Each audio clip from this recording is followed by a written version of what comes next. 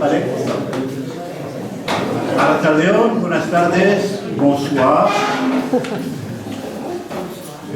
Esto es mi ramificación francesa, que no puedo olvidar. Eskerrik asko segatik, eta hauen txaldez hemen Antonio Riverakin eta Eider Nafarrete, pentsezeko liburu bat. Antonio Rivera, la verdad es que nuestro amigo Antonio, siempre ha colaborado y ha respondido a nuestras llamadas de la Fundación Mario Mendía. Antonio no necesita presentación por su notoriedad, sin embargo recalcaremos que es catedrático de Historia Contemporánea en la Universidad del País Vasco, es director del Instituto Historia Social Valentín Foronda y miembro del patronato de la Fundación Fernando Buesa. Ha escrito y coescrito numerosos libros, muchos centrados y relacionados con la violencia nacionalista y el mundo radical. Entre tantas publicaciones cabe destacar Violencia política en la transición española, La herencia del franquismo y del terrorismo, Trasterrados o Historia de la derecha en España y más recientemente con Eduardo Mateo, 2000, La vuelta del terror. Un gran libro, por cierto, que os aconsejo leer, que es del año del atentado de Fernando Buesa, Jáuregui, López de la Calle, etcétera, etcétera, etcétera. Pero pocos conocen la faceta política de Antonio, que fue parlamentario vasco del 2005 al 2009. No os preocupéis, como independiente. Antonio Rivera, que suscribe el prólogo del libro que presentamos hoy, nos indica que los gudaris no se arrepienten. Comunidad y apartamiento de la violencia en el caso vasco. Nos habla de las líneas, hablo del prólogo, de las líneas rojas que los militantes de ETA no podían asumir y no podían sobrepasar. Que el abandono de la banda armada fue excepción en la historia de ETA. Antonio afirma, abro comillas, cuando ingresas en ETA ya no puedes salir. Puedes tomar una decisión personal, pero nunca reivindiques en voz alta tu abandono de la organización. Es renunciar a algo que te marcará de por vida. Para finalmente apelar, y lo dice Antonio al final de su prólogo, en el libro de Eider Nafarrete, dice, salir de ETA nos permite entender por qué duró tanto tiempo nuestra úlcera vasca. Quiero dar las gracias a Antonio personalmente, y creo que en nombre de toda la Fundación Mario Mendía y los que estáis aquí, por la labor que están haciendo los historiadores, una labor importantísima que consiste en dar a conocer la verdad histórica, esa es la verdad, de los tantos relatos que nos quieren imponer, pero es una verdad importante porque eso permite mantener la memoria. Y eso sí que es una cosa que tenemos que tener todos en cuenta. Eskerrik asko, Antonio. Salir de ETA. Este es el título del libro de Eider Nafarrete, en la cual dice también una historia de abandono, expulsión y arrepentimiento, entre comillas, y luego explicaremos por qué ponemos el arrepentimiento entre comillas. Eider Nafarrete es una joven promesa confirmada que nos presenta hoy en Zarauz su libro Salir de ETA, una historia de abandono, expulsión y arrepentimiento de los militantes o de ciertos militantes de ETA. Eider es graduada en periodismo por la Universidad del País Vasco, Euskal Herriko Unibertsitatea, guardemos las formas, máster en Relaciones Internacionales y Seguridad y Desarrollo por la Universitat Autónoma de Barcelona, UAB, e investigadora predoctoral en la UPV-EHU. Su tesis doctoral aborda los distintos procesos de salida experimentados por la militancia de ETA a lo largo de su historia, ahondando desde un punto de vista teórico-conceptual la cuestión de la desconexión y el arrepentimiento en el terrorismo. Eider, le tengo y te tengo que felicitar por el libro que acabas de publicar, un libro que he leído con gran interés e historias que muchas de ellas yo por lo menos conocía. Pero en este tema que se ha tratado, es un tema, que se ha tratado muy poco, es un poco asombrante el empeño, la investigación, el rigor, la minuciosidad que ha llevado a conseguir tantos testimonios y cómo no nos haces recordar a todos, sobre todo los más veteranos, todas las épocas de ETA con sus vaivenes, crisis, excisiones, treguas y negociaciones. Como la relación a veces, y así es, como las relaciones a veces tortuosas que hay y caóticas que ha habido entre cierta militancia y la dirección, donde siempre, o casi siempre, se imponía la disciplina o la expulsión. Lo hemos constatado varias veces y vivido en propia carne, hablo de razones familiares. Entrar en ETA ha sido fácil, hasta heroico para muchos. Salir muy complicado, porque te mandaban al ostracismo con la etiqueta de traidor y delator, expulsándote del mundo al que pertenecías. Recordaré yo la vía Nantais rápidamente y voy a dejar paso a los protagonistas verdaderos. Yo el 30 de noviembre, algunos ya les he contado la historia, el 30 de noviembre de 2011 me llama Chema Urquijo, que trabajaba en el Departamento de Apoyo a Víctimas del Terrorismo con Maishabel Lassa, y me dice: hay presos de ETA que quieren estar contigo. Entonces me sorprendió y dije, bueno, pues sí, claro, yo soy periodista, no voy a callar ni debajo del agua. Y entonces mi mujer me decía, no vais, que sí, que yo voy a ir. Entonces, surrealista total, ese 30 de noviembre, salgo de Zarauz con 2 escoltas en un coche para ir a la cárcel de Nanclares de la Oca. No sabía ni con quién, ni de lo que íbamos a hablar. Lo único que me dijo, Chema, quieren hablar a ver cómo se ve la situación de los presos de ETA fuera de la cárcel. Yo no estuve con psicólogos, con nadie, me fui directamente allá, ni dio preparación para los encuentros restaurativos, como otras personas sí lo hicieron, y me parece normal. Entonces yo entré allá, me recibió el director de la cárcel, y eso como las películas que tantas veces hemos visto, pasamos un patio, una llave, la puerta que se abre, la verja, otra habitación y tal, y al final una sala y donde había 7 sillas. Y yo estoy aquí, estuve tranquilo, espero, y de repente abren una puerta y aparecen 7 etarras de la vía Nantais. Y estuvimos hablando durante 2 horas, pero hablando a cartón quitado, sin ningún problema. Yo le decía de la inutilidad de la violencia, que eso no había servido para nada, que yo conocía ETA de la época de Scooby, de París, de los años 60 y compañía, que tuve 2 hermanos mayores que estuvieron en ETA. Yo estuve en ETA sexta, no sé si era trotskista, por allá estuve, y entonces quiero decir que conocía toda la historia. Además tenía un cuñado que ha estado en la cárcel, que era ETA político-militar, 8ª asamblea, que estuvo 9 años en la cárcel, etcétera, que me conocía todo el percal.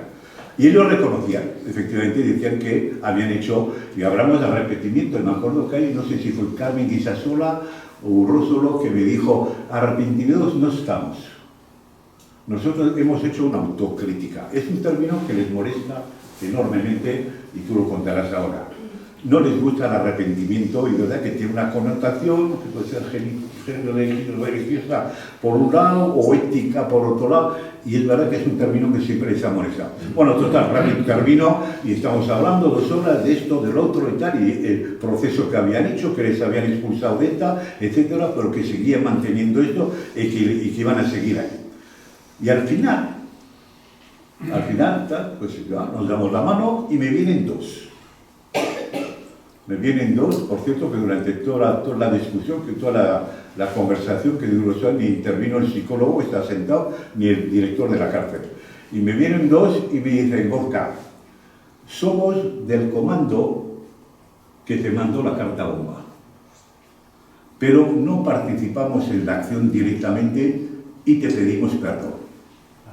Entonces, claro, yo me quedé un poco así y le dije, pues mira, y le dije sinceramente, mira, yo lo único que os agradezco es que habéis salido de ETA, que habéis hecho el camino a la inversa, que habéis reconocido el daño causado. Y yo desde fuera aportaré mi granito de arena para que salgáis cuanto antes de la cárcel. Nos dimos la mano y era Luis Carrasco e Ivone Chitarrenga, dos del comando que mataron a Jáuregui, a López de la Calle y Corta, etc., el famoso comando Burunza. Y quiero decir que cuando salí de esto, salí y me estaban esperando los escoltas, de un surrealismo total. Y salí con una satisfacción personal de que había hablado por fin, me había sentado y había hablado con gente que había cometido pues, atrocidades, crímenes importantes, pero que habían hecho una reflexión interna, no de la noche a la mañana, es un proceso largo. Y yo sentía una satisfacción de poder haber hablado con ellos. Yo no sé si aporté algo o no aporté, después Carmen Guisasola ya me dijo, nos ha servido de mucho. Y yo pues a mí también. Y hemos seguido teniendo contactos. Bueno, termino.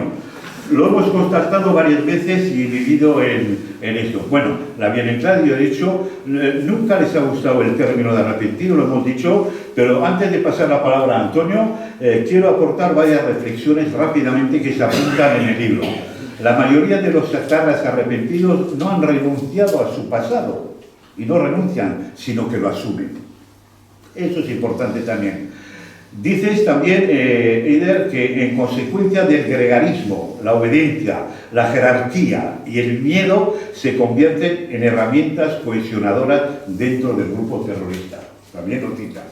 Y finalmente, pues una pregunta que lo vamos a hacer en el debate, espero que sea un debate vivo. Preguntas es cómo definiríamos el papel que ha jugado en todas esas personas, la cuadrilla, la familia, su ambiente social o referente comunitario, que también tiene una importancia especial aquí en Euskadi, y también por las etapas, que tendrá su cuadrilla, su familia y su ambiente social. Ha habido miedo al repudio y al aislamiento, eso es lo que te cuentan ellos después cuando les ves, ¿no? Y decir, ¿qué diferencia hay? Otra pregunta que haremos luego, ¿qué diferencia hay entre abandonar ETA en grupo, como ETA político-militar, o de forma individual? Hay diferencias mismas también, y podríamos decir, bueno, lo abordaremos luego, ¿no? Pero también decir, y termino con esto, que todos los gobiernos, y esencialmente los socialistas, han apoyado la reinserción, también con el fin de debilitar a ETA, evidentemente, ¿no? Y después, si podemos hablar también, algo sé de todo esto, cuál ha sido el papel de los medios de comunicación en toda esta historia. Antonio, todo para ti.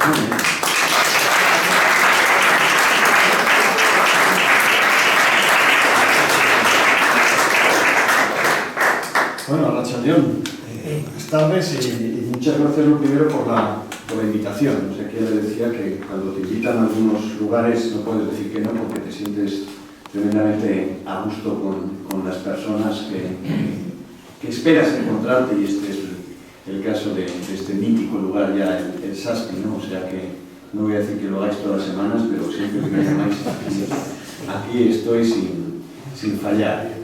Y muchas gracias, no solo por eso, sino porque la oportunidad es estupenda, porque es para copresentar junto con Gorka este libro de Eider Lafarrate, Salir de ETA, que es un libro realmente importante, ¿no? Nosotros en el Instituto Valentín de Foronda llevamos pues, aproximadamente desde, creo recordar, de 2010, siendo una de las referencias fundamentales en los trabajos que tienen que ver con violencia política. A mí me gusta recordar que nosotros no venimos de los estudios sobre violencia terrorista, sino que venimos precisamente de los estudios sobre violencia en la guerra civil y en el franquismo, ¿no? Es decir, lo único que hacemos es aplicar esos mecanismos analíticos a un tipo de violencia radicalmente distinta, muy diferente, pero donde los elementos analíticos se pueden aplicar perfectamente a un caso y al otro. En esa trayectoria desde 2010 hasta 2026 en que nos encontramos, pues son ya 15 años donde hemos producido un montón de obras, de trabajos, que simplemente quiero poner como referencia el de Historia y Memoria del Terrorismo en el País Vasco, esa trilogía enorme que ha dirigido José Antonio Pérez, con participación de jóvenes historiadores, sobre todo, entre otros, también de Eider, ¿no? Y yo creo que hemos sentado ya un poco cierta cátedra en todo ello. No sé si es de momento la verdad, porque la verdad en historia es una cosa muy provisional, como la verdad en sí misma, ¿no? Pero no cabe ninguna duda que sí hemos sido capaces de establecer un cierto criterio canónico. Es decir, contamos los hechos que han ocurrido y afortunadamente la mayor parte de ellos son absolutamente indiscutibles. En esa trayectoria corta, pero ya prolongada en el tiempo a la vez, ¿no?, de 15 años, nos encontramos en los últimos en una percepción, y es que, bueno, de alguna forma estamos en el momento de lo que podríamos llamar los rendimientos decrecientes, ¿no? Es decir, el tema ha dado de sí lo que tenía que dar de sí, y creo que nosotros fuimos, en ese sentido, y a mí me gusta mucho utilizar el término, que fuimos historiadores contemporaneistas contemporáneos.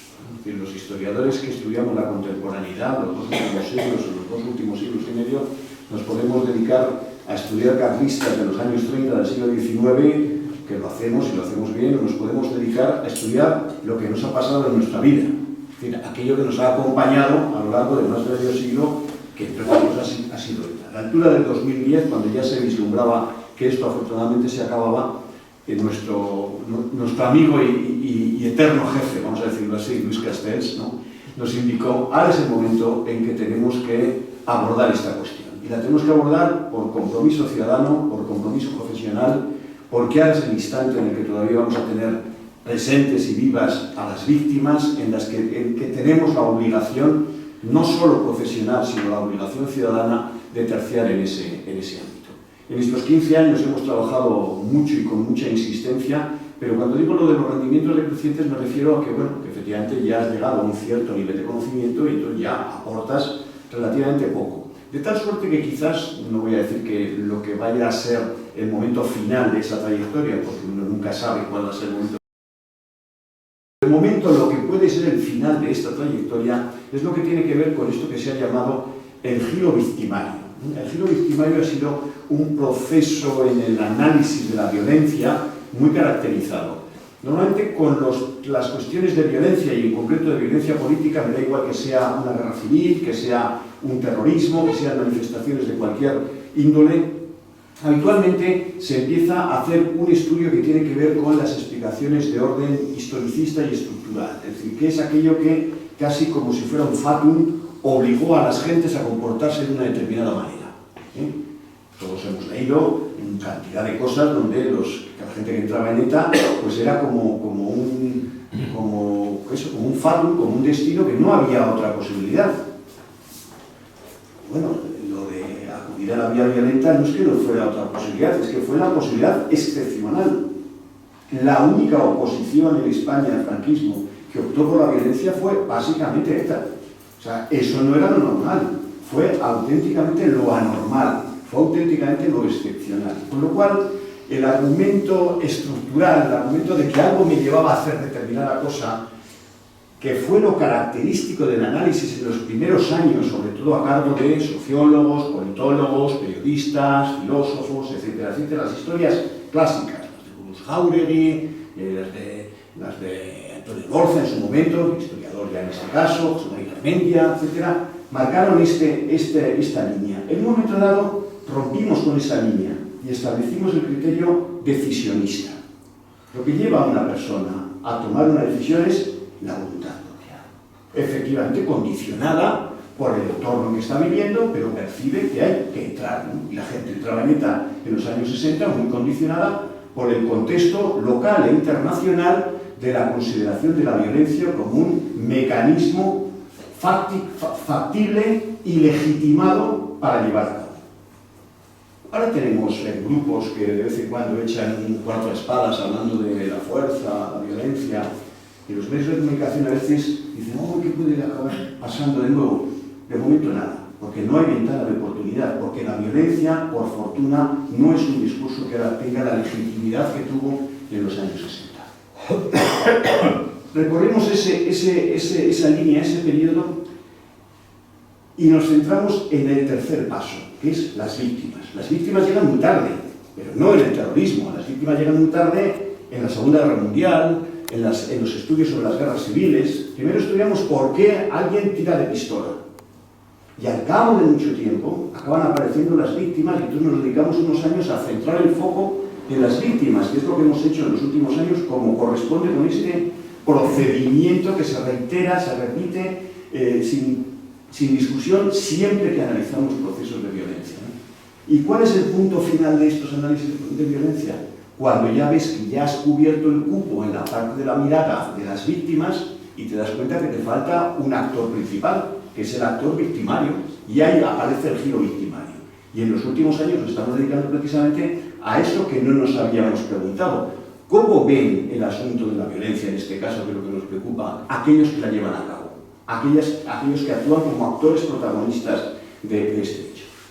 En ese marco se inscribe precisamente este libro. Claro, lo que está planteándose Eider, en definitiva, es qué es lo que llevó a entrar y qué es lo que llevó a salir. Porque aunque el título sea Salir de ETA, casi es más importante cómo se entra en ETA, ¿no? Porque esa entrada es un condicionante que te va marcando continuamente hasta el momento en el que algunos, pocos, deciden esto que preside el título, Salir de ETA, ¿no? Entonces, digamos que es un trabajo que, además de ser formidable, está magníficamente escrito, entra coherentemente en la fase en la que nos encontramos de los estudios del terrorismo en el País Vasco, en esa lógica que, insisto, arrancaríamos en 2010 aproximadamente y nos lleva hasta el presente.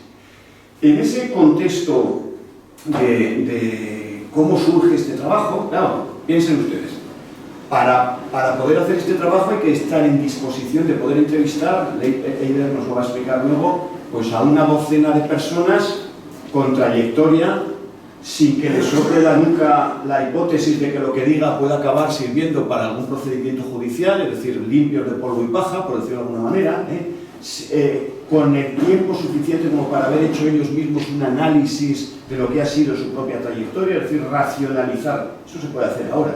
En 2012 ya ha habido algunos, Reinares lo hizo con Patriotas de la Muerte, hay algunas obras interesantes que se estudiaron a partir de los propios testimonios y análisis de los propios victimarios, ¿no? Perpetradores, como queramos utilizar el término, pero ahora era el momento oportuno para que tiráramos precisamente de eso, ¿no? Y aquí está este libro que lo plantea. En el libro, como decía Gorka, aparecen un montón de cuestiones y de reflexiones. Yo creo que sobre todo es un libro muy serio. Este es un tema amarillo por excelencia. O sea, sobre todo la parte final de, bueno, a ver, y el que se arrepiente de verdad, tiene perdón. Esto es lo que interesa a la prensa en este momento, esto es lo que está encima de la mesa, esto es lo que no le deja dormir a la consejera martes y jueves, ¿no? Porque surgen estas cuestiones, ¿no? Pero el análisis que hace ella y arranca desde el principio, desde los primeros momentos, es un análisis como tiene que ser, un análisis frío, un análisis distante, tan frío como que el otro día, el martes, teníamos una conversación que en un momento dado tuvimos que pararla porque es tan frío que parece que estuviéramos hablando de arquitectura, ¿no? Estamos hablando de gente que mata y gente que muere, o sea, que es que hay que recuperar la posición en un momento dado, ¿no? Pero es bueno tener distancia, es bueno tener un análisis que nos permita proporcionar conocimiento para tener un juicio sereno, para que la consejera pueda tomar decisiones y para que nosotros como ciudadanos podamos tener criterio, que es en definitiva a lo que nos tenemos que dedicar los que abordamos el conocimiento social desde una perspectiva plausible. No voy a decir científica porque a mí no me gusta eso de la historia como ciencia y esas cosas, pero bueno, por lo menos que lo que decimos sea algo plausible. En la conversación que vamos a tener y en la exposición que va a hacer Eider va a centrarse en lo que le interese. Yo me voy a centrar, para no hablar más, en dos o tres cuestiones que me han parecido muy interesantes. Gorka de alguna manera ya las anticipaba porque tienen tanto peso en toda esta historia que es ineludible y hay que señalarlo así. Uno, esencial, el peso de la comunidad. El peso de la comunidad ha sido lo que ha permitido o lo que explica 50 años de continuidad del terrorismo en el caso vasco. Si no hay comunidad, es muy difícil que esto se hubiera mantenido.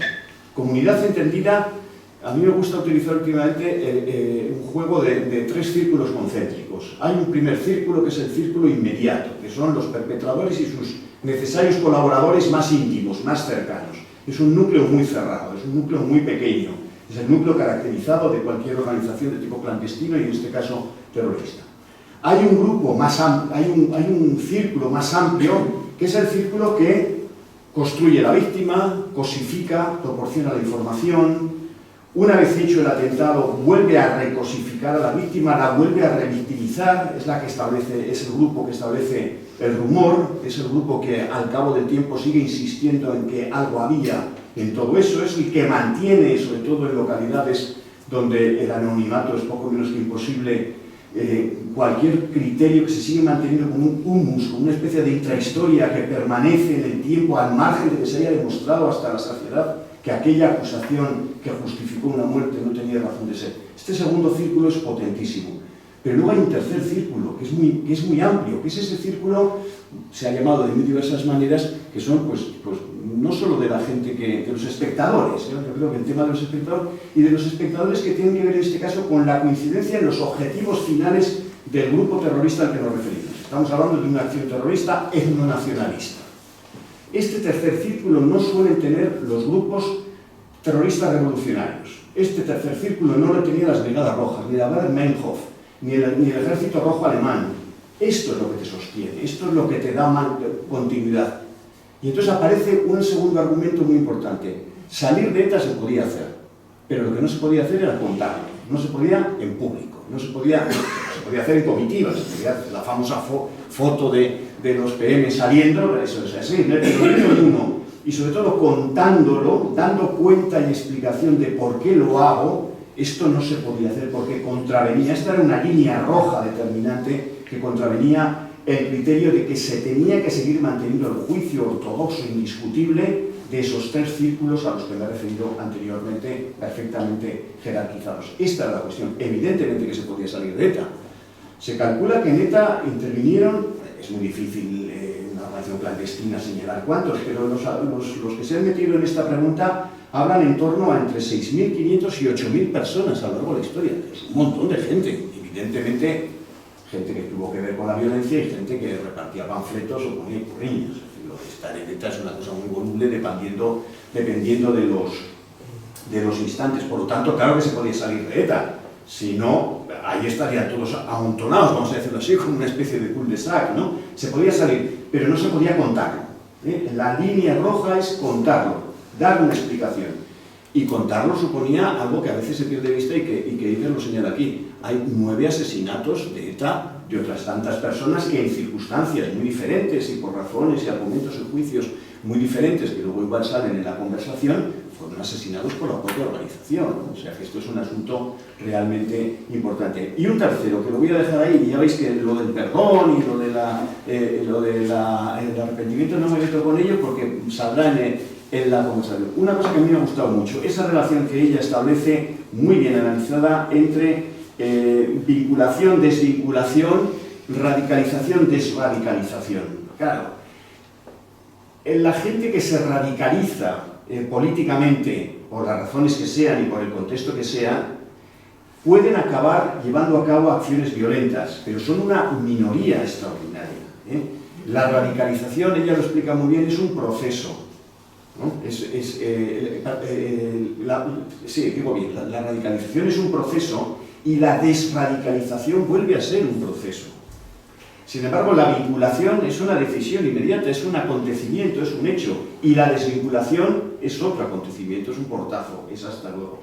En el juego de la radicalización y desradicalización es donde aparece el meollo de este libro, ¿no? Al punto que en un momento dado, y a mí es de las cosas que más me ha gustado, identifica en el colectivo Artapalo, en la troika de Fiti, Chelis y Paquito, taxonomiza de alguna manera 3 maneras diferentes de desvincularse, que no de desradicalizarse. Igual luego tenemos ocasión de hablar de ello. Una que tiene que ver, la de Chelis, con un carácter místico-religioso, por sus propias circunstancias filosóficas, vamos a dejarlo ahí, ¿no? La de Paquito, le llamas el pragmático, y el último, el Fiti, pues es el que, bueno, pues la organización desaparece y entonces ya no tiene ningún sentido de qué manera te vas a desvincular. Pero en los 3 casos se desvinculan, pero no tanto se desradicalizan, que es un poco la cuestión. Por eso es muy importante que aparece ese arrepentimiento con comillas, porque en realidad aquí ha habido muy poco arrepentimiento Gorka lo señalaba ahora mismo, cuando él se entrevista en la cárcel, lo primero que le dicen la Garmendia y Picalet, nosotros no hemos dejado de ser lo que somos, ¿no? Porque dejar de ser lo que somos, más allá de las ideas que tenga cada individuo, es romper radicalmente con cualquiera de esos círculos, sobre todo el tercer círculo de relación, que son la comunidad, porque es la comunidad la que te da soporte y te da sentido. Que por otro lado es la lógica del nacionalismo. ¿Cuál es la lógica del nacionalismo? Que el sujeto se diluye en el marco de la comunidad. ¿Y cuándo recupera la individualidad ese sujeto? Cuando dice, no me llames ternera. Cuando abandona el mote, cuando abandona el apodo, cuando trata de recuperar su individualidad y se enfrenta a la propia comunidad, incluso al tercer círculo, que esto es bastante más complicado, ¿no? Bueno, pues Eider lo que hace es todo eso, es decir, no solo hacer el recorrido histórico, que dentro de la dificultad podría ser lo más sencillo, ¿no? Esto tiene un principio, va desarrollándose, serían anclares y termina finalmente cuando el PPKS de Marras, que parece una organización norcoreana, decide que se puede hacer lo que unos años antes no se podía hacer y era pecado, ¿no? Nos lo va contando todo, pero es que entre medio van apareciendo una serie de reflexiones y una serie de comparativas, de vinculaciones con procesos que se llevaron a cabo en otros lugares. Italia, tanto las Brigadas Rojas como la mafia italiana, etcétera, ¿no? Que son tremendamente interesantes y que por eso hacen el libro pues, de una calidad extraordinaria, ¿no? Y es un gusto haber tenido la oportunidad de prologarlo y de figurar dentro de estas páginas que evidentemente son suyas. O sea, muchísimas gracias. Sí,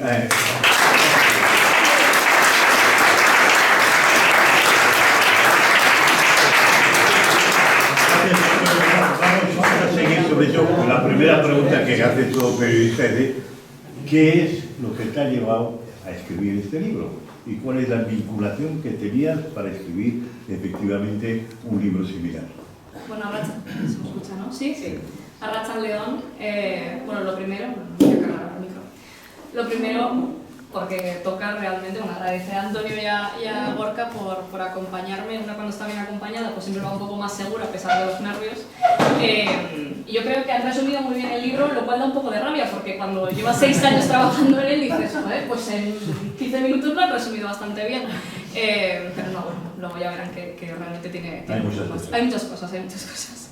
Eso, bueno, agradecer a la Fundación, bueno, a Josu también, que me ha hecho un poco también de mediación, y quiero decir que también hace 3 años que vine yo a Zarauz. Tengo que decir que siendo de Bilbao no he venido mucho, lo cual me da un poco de rabia siendo un sitio tan bonito, y vine hace 3 años a entrevistar a Josu, que se prestó también a hablar conmigo. Claro, de ahí nace también el libro, ¿no? de la generosidad de las personas que se han sentado delante mío a hablar, a contar su historia. Yo hablo de una historia, pero también hay muchas historias dentro de esa historia.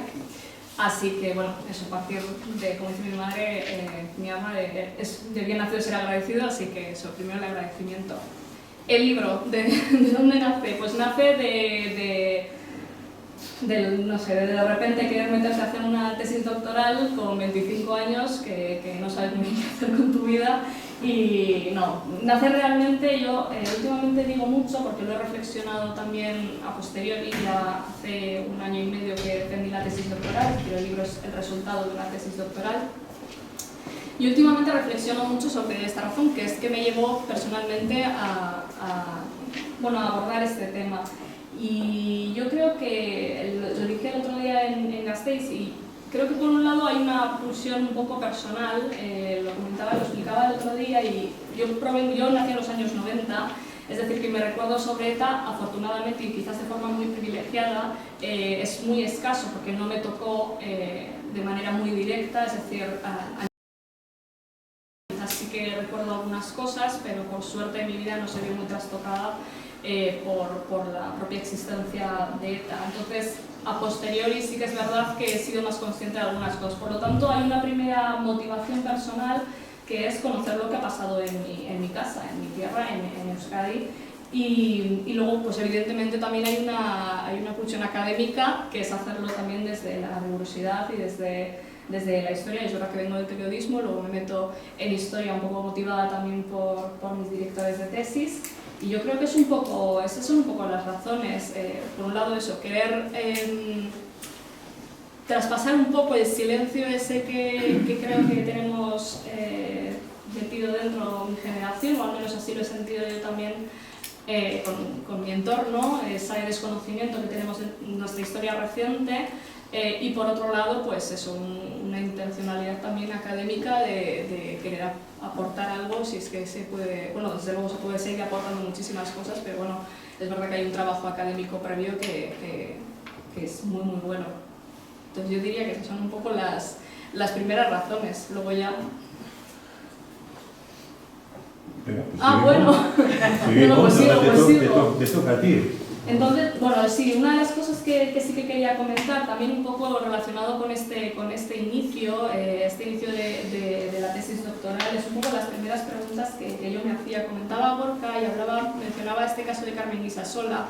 Carmen Guisasola dice en varias ocasiones aquello de, bueno, nosotros no somos arrepentidos, lo dice de hecho mandando una carta a ITV. Yo creo que en el contexto también de la vía en Anclares se publica o se emite una noticia hablando de esta cuestión, y creo que la propia ITV rotula los arrepentidos en Anclares, y Carmen Guisasola manda una carta muy extensa donde explica que, bueno, que ella, tanto ella como quienes le rodeaban, quienes estaban participando en ese momento, no sé si habían comenzado ya los encuentros restaurativos, no eran arrepentidos en sí mismos, sino que eran como muchos disidentes. Esta resistencia a decir la palabra arrepentido a mí me generaba mucha curiosidad, porque sí que es verdad que había y hay estudios que determinan, y creo que, bueno, más o menos todas y todos conocemos, que ese arrepentimiento, esa emoción, esa autocrítica, si podemos llamarlo, no existe como tal, es decir, no es una emoción generalizada entre la militancia, entre la ex-militancia de ETA, porque ya recordemos que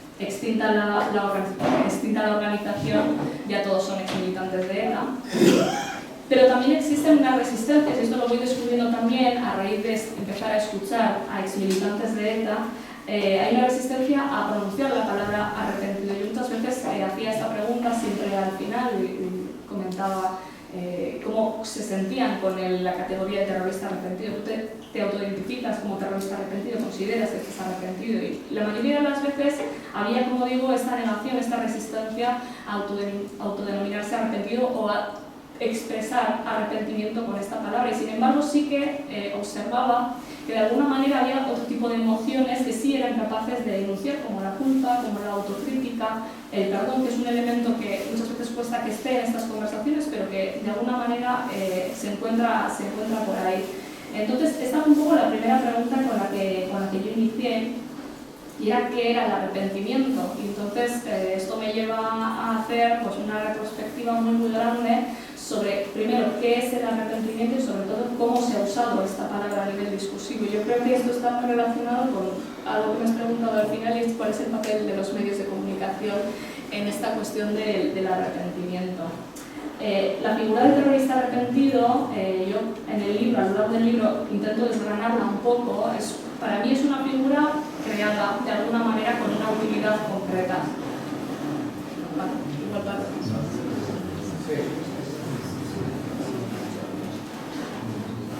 Eso es igual, lo que tienes que hacer es ¿cambiar? micrófono acá a tu baile. Vale. Vale.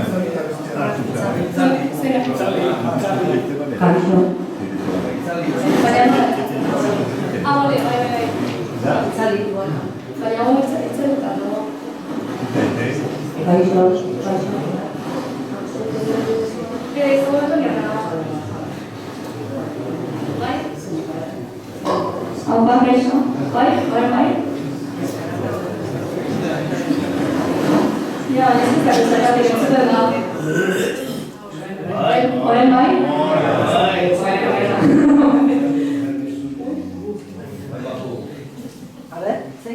Kaixo, ¿vale? La cuestión del terrorista arrepentido, que había una figura que me llamaba mucho la atención, y también cuento siempre esta anécdota, y es que en reunión con mis directores de tesis, como Fernando Molina y Raúl López Romo, que les conocerán ya, son ellos los que me enuncian por primera vez, o me mencionan por primera vez esta idea de hablar de los terroristas arrepentidos. Y yo cuando acabé esa reunión me quedo pensando, recuerdo porque estábamos en 2021 todavía en pandemia, estábamos ahí todavía un poco medio encerrados, medio no, Y me quedo pensando en qué es aquello de terrorista arrepentido, porque como decía anteriormente, esto del arrepentimiento pues no es una cosa que esté muy presente en estos discursos, ni siquiera es una emoción que se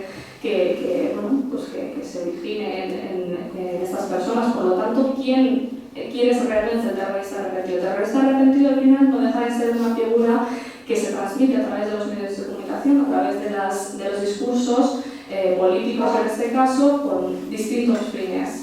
La izquierda abertzale lo hará, y lo hará también ETA en este caso durante un periodo muy concreto, para intentar reproducir, intentar exponer al traidor a la comunidad. Esta cuestión que comentaba Antonio antes, yo creo que es la base fundamental de este estudio, de este libro, y es ese sustrato comunitario que si no luego podremos quizás hablar con más detenimiento.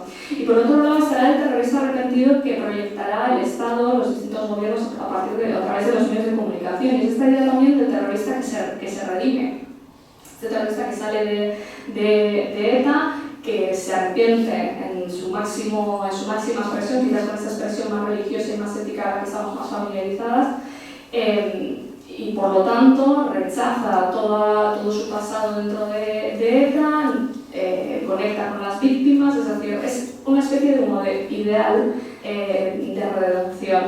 Cada uno de ellos estará destinado a dos cuestiones diferentes. En el caso de la izquierda abertzale y de ETA, el traidor servirá también, por un lado, de ejemplo para el buen militante, es decir, el buen militante necesita un espejo para saber cómo va a ser un buen militante, y el traidor funcionará de esa manera. Y por otro lado, los gobiernos, digamos, de distintas maneras, a través de este discurso que mencionaba, esta idea de la redención, proyectarán una idea ideal de lo que debería ser un terrorista arrepentido precisamente para socavar la cohesión de la militancia de ETA. Una militancia de ETA que mantiene una unidad, una cohesión muy férrea y que la mantendrá hasta el final de sus días. Por eso quizás estamos hablando de excepciones. Es decir, salir de ETA, mencionaba Antonio, fue una excepción, fue una cosa muy complicada, pero claro, para hablar de excepciones tenemos que hablar de cómo funcionaba la banda terrorista, cómo funcionaba su propia disciplina a nivel interno, y yo creo que esas son un poco las claves principales del libro, de eso se trata. El otro día me preguntaban por qué hablaba de algo que había pasado de manera excepcional, y yo creo que la razón es principalmente esa, porque a través de la excepción entendemos cómo funciona la propia ETA y cómo funcionaba su militancia. Es decir, que mi mirada tu mirada en este caso, no está en algo que ocurrió pocas veces, sino en algo que ocurrió de manera mayoritaria, y es que esa gente se quedó hasta el final. Es decir, vemos a los que salieron de ETA, pero también estamos viendo a su vez a los que no salieron. Ese es un poco el resumen. Y hay diferencias, hay una cosa explica lo del grupo, hablando de ETA político-militar, como Josu está aquí, que es uno de los artífices de toda esta historia, y el tema individual, bueno, está una enclaves que es una treintena, creo que son, 27, 30, los PM ya no sé cuántos son, pero eran bastante más, y después gota a gota. Que no es un fenómeno de que de repente hay una sesión importante en ETA, no, es gota a gota, y cada caso es un caso individual y muchas veces personal. ¿Cuál es esa diferencia? Yo creo que incluso los abandonos colectivos, porque sí que es verdad que yo hablo de la disolución de ETA político-militar y efectivamente se trata de un abandono colectivo, se producen aún así procesos individuales, es decir, que la trayectoria luego de cada uno, sobre todo las reflexiones que hace cada uno en su propia vida y en la actualidad también son muy diferentes. Evidentemente los abandonos colectivos son mucho más sencillos. Yo creo que consiguen paliar un poco esa sensación, ese trauma, por así decirlo, de traicionar a la comunidad, porque al fin y al cabo tú estás haciendo una cosa que sabes que va a ser castigada de alguna manera, pero lo haces de forma colectiva. Esa idea hay una cuestión que trato como la identidad, la fantasía identitaria, que es esa idea no solo de dejar de pertenecer a un grupo en el que tú te sentías parte, sino que de alguna manera también sales de una comunidad que Miguel Arriaga habla de la comunidad afectiva, que no deja de ser la comunidad nacional, donde están, antes comentaba Antonio también, explicaba muy bien esos círculos concéntricos. En la comunidad afectiva están los padres, está la cuadrilla, está bueno, pues todo el mundo que te ha acompañado y que te ha ayudado a ser quien eres tú hoy en día. De modo que toda esa gente, claro, en el momento en el que tú dejas de pertenecer a ETA, para esa gente tú también eres un traidor, porque en ese ambiente, en esa comunidad, te has creado tú como persona, te has desarrollado tú como persona y de esa comunidad has salido tú para entrar en la organización. Por tanto, por no irme por las ramas, yo creo que el juego, la idea esta también de salir individualmente y salir colectivamente, evidentemente es un tema importante y es un tema, yo creo que también significativo a la hora de que ocurran o no ocurran tantos, pero incluso en María Nanclares, a pesar de que se tiende a colectivizar mucho también a los que participaron en ese proceso de organización, cada uno de ellos, y esto me lo explicaba, me acuerdo Luis Carrasco, porque se lo pregunté, cada uno de ellos llevaba un discurso muy diferente y un camino muy diferente, y de hecho hay una sensación también en esta Vía Nanclares de no querer volver a entrar en un grupo, y esto es importante también. Cuando hablamos de disidencia, porque al final vamos a evitar hablar de arrepentidos, que no es el caso, vamos a intentar quitarnos de estas figuras simplificadoras, pero podemos hablar de disidencia, que al final no deja de ser quizás un marco más común. Pero no existía un grupo de disidentes, es decir, no hay una comunidad de acogida cuando uno sale de ETA, y esto también será importante para esa sensación de soledad con la que muchos se encontrarán en el momento en el que rompen con aquello que han conocido hasta entonces. La colectividad, la idea de abandonarlo con más gente, pues evidentemente disminuye esa sensación, hace quizás un poquito más llevable esa nueva entrada en la comunidad, pero no es lo habitual, y desde luego incluso en esa colectividad, pues como digo, los discursos, las experiencias son muy diferentes. Yo creo que esto también es importante decirlo. Antonio, ¿una pregunta? Ah, sí, perdón. Sí, hay casi es una pregunta del final, pero bueno, vamos a anticiparla, ¿no? Que ya llevamos un rato charlando, sí, no estamos en el final, pero estamos avanzados. Bueno, esto termina bien para la democracia. Es decir, termina bien para la democracia significa que no hay un proceso de amnistía y hay un proceso que tiene que ver con la posición y la decisión de cada una de las personas para romper con lo que había sido su pasado. Es decir, para desvincularse y para hacer un rechazo, sea formal o sea burocrático, del recurso a la violencia como procedimiento para obtener una determinada ventaja o objetivo político, ¿no? Bien, es una gran victoria, pero sin embargo eso va en contradicción con el hecho de que quien marca los tiempos acaba siendo ETA. Es decir, es una victoria que se produce en el momento en que ETA oficialmente deja de existir. Porque claro, el procedimiento que ha permitido a los exmiembros de ETA a partir de 2018 incorporarse a un proceso de reinserción es el procedimiento mutatis mutandis de la Vía Nanclares. Es decir, lo que antes era anatema se acaba estableciendo como cauce, como marco, pero con la diferencia sustantiva de que quien lo acaba estableciendo como marco es la anuencia de la organización y del EPPK, que, acordaos, llevan a una suerte de referéndum entre ellos para confirmar, ¿no? Claro, esto entre nosotros que somos ciudadanos vascos y civilizados y cabales, somos capaces de meterlo en la cabeza, porque no hay ninguna contradicción, está bien lo que bien acaba, vamos a decirlo así, pero sin embargo esto tiene iba a decir más allá de negro, vamos a hacer un estereotipo muy clásico, ¿no? Es decir, en algunos territorios mediáticos y en algunas visiones políticas esto genera un descuajeringamiento de la cabeza, porque quien te ha marcado la pauta, quien te ha marcado los tiempos, finalmente es la propia organización terrorista. Pero es que es así. O sea, ha acabado bien, pero ha acabado bien sin perder de vista que el protagonista ha sido capaz de mantener las riendas hasta el momento final. Coincides con esa visión que no es negativa, vamos, que es... La vida ocurre así, vamos, tampoco hay que volverse demasiado loco, ¿no?